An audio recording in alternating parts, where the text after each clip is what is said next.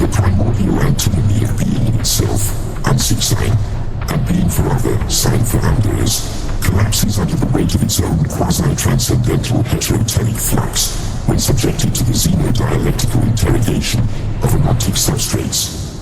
Here, the unmanifest potentiality adynaton dynamei does not merely negate its antithesis, the actualized contingent energeia semiotic, but rather sublates or it into a hypernoetic pleroma, wherein the principle of sufficient irreducibility annihilates the Aristotelian telos of enteleki. This sublation is not a synthesis in the Hegelian sense, for it does not resolve contradiction, but ontologically weaponizes it, producing a metastable continuum of transphenomenal negentropy. The heterotelic flux, in its relentless autophagia, consumes the very categories of possibility and necessity, regurgitating them as epistemic phantoms haunting the non-Euclidean topology of the xenodialectical manifold.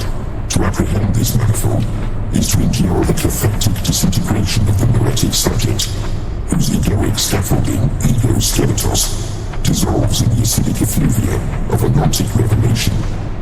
The unmanifest potentiality, far from being a privation of actuality, operates as a paraconsistent operator within the transcendental algorithm of being. Its quasi-causal efficacy is not constrained by the temporal hysteresis of linear becoming, but instead proliferates atemporal retroactions that suture the fissures between proto-phenomenal and ultra-phenomenal strata.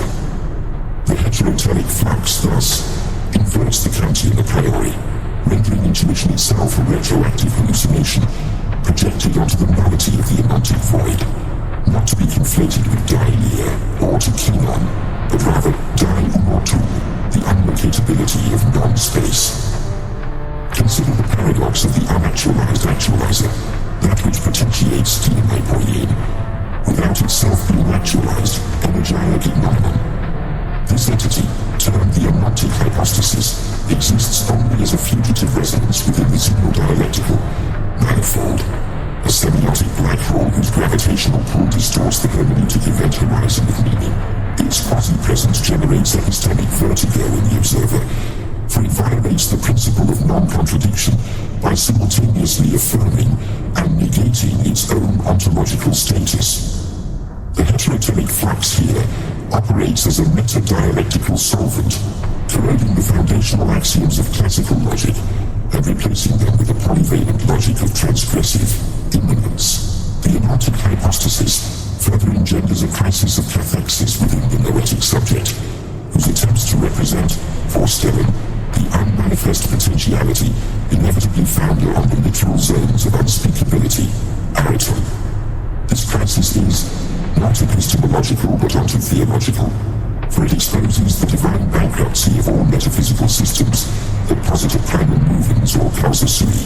The heterotelic flux in its auto-deific frenzy annihilates the very concept of divinity by demonstrating that the unmanifest potentiality is neither created nor creator, but the auto-generative abyss, again distinct from abyssos, from which both creation and destruction emerge as epiphenomenal illusions.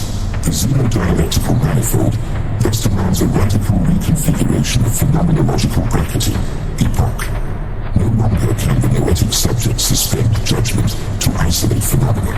Instead, it must implode into the anontic substrate, becoming a living contradiction that performs the heterotelic flux. This performative implosion, termed autophagic noesis, transforms the subject into a walking paradox, a synthetic aporia that embodies the transcendental violence of the unmanifest potentiality.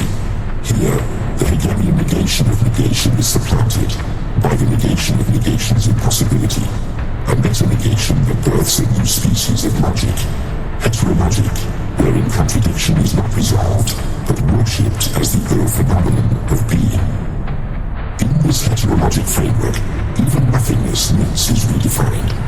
It is no longer the antithesis of being, saying, but the anontic plenum from which being and non-being co-emerge as symbiotic parasites.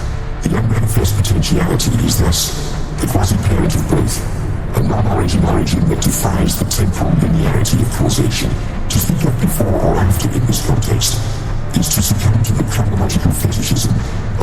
egoic scaffolding, which clings to the illusion of sequence as a defense against the heterotelic fluxes at temporal cacophony.